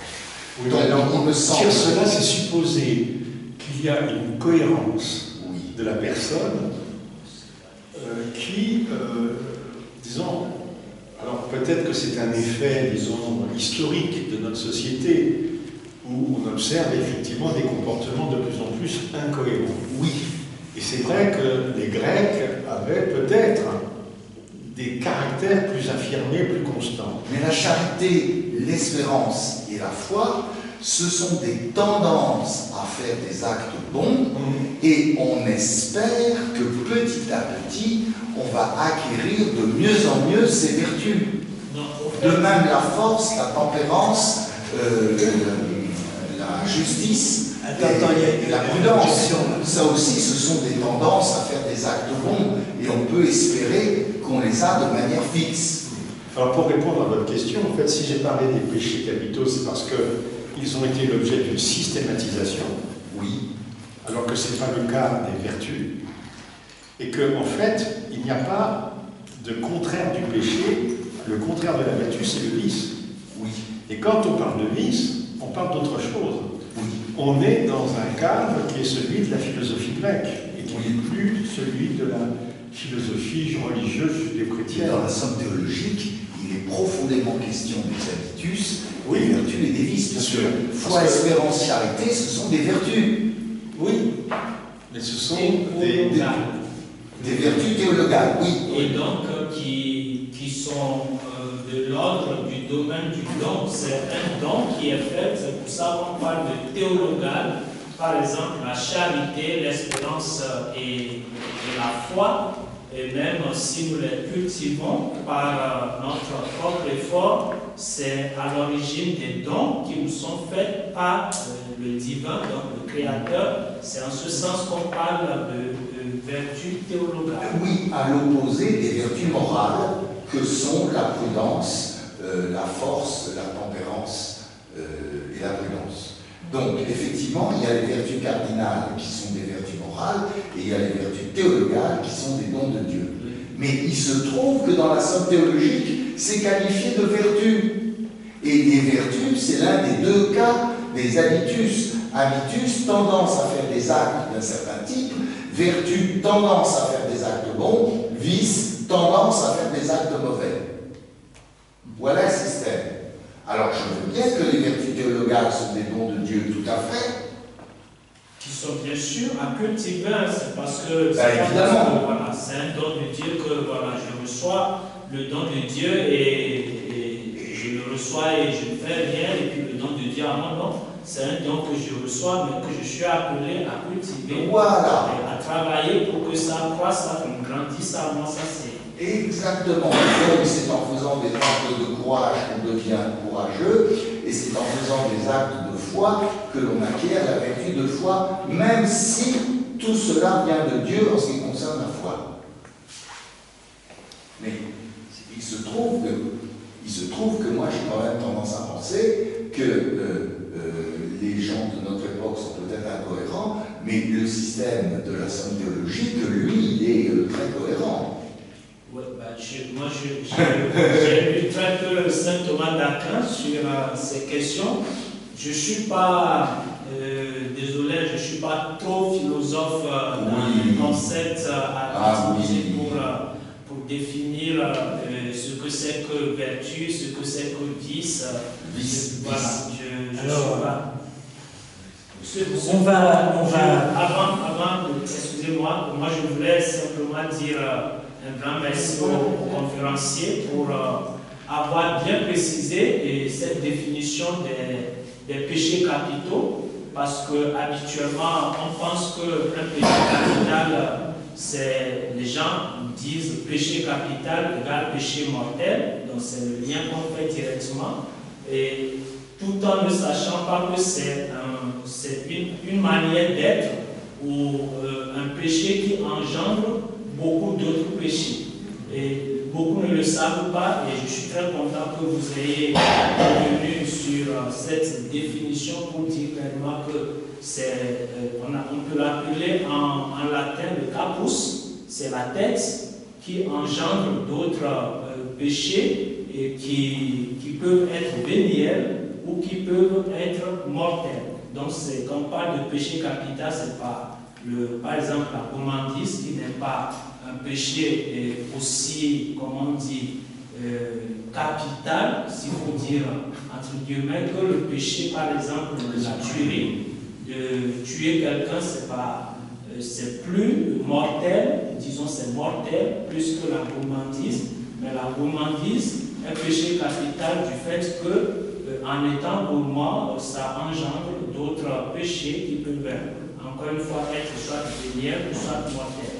Je suis très content que vous ayez expliqué cela, nous ayez expliqué cela. Et puis je voulais revenir sur la notion du péché que vous avez dit aussi, en le définissant par rapport au divin. Donc, le péché, on parle de péché parce que c'est en relation avec un être. Et nous, on pense qu'il y a péché parce qu'il y a alliance.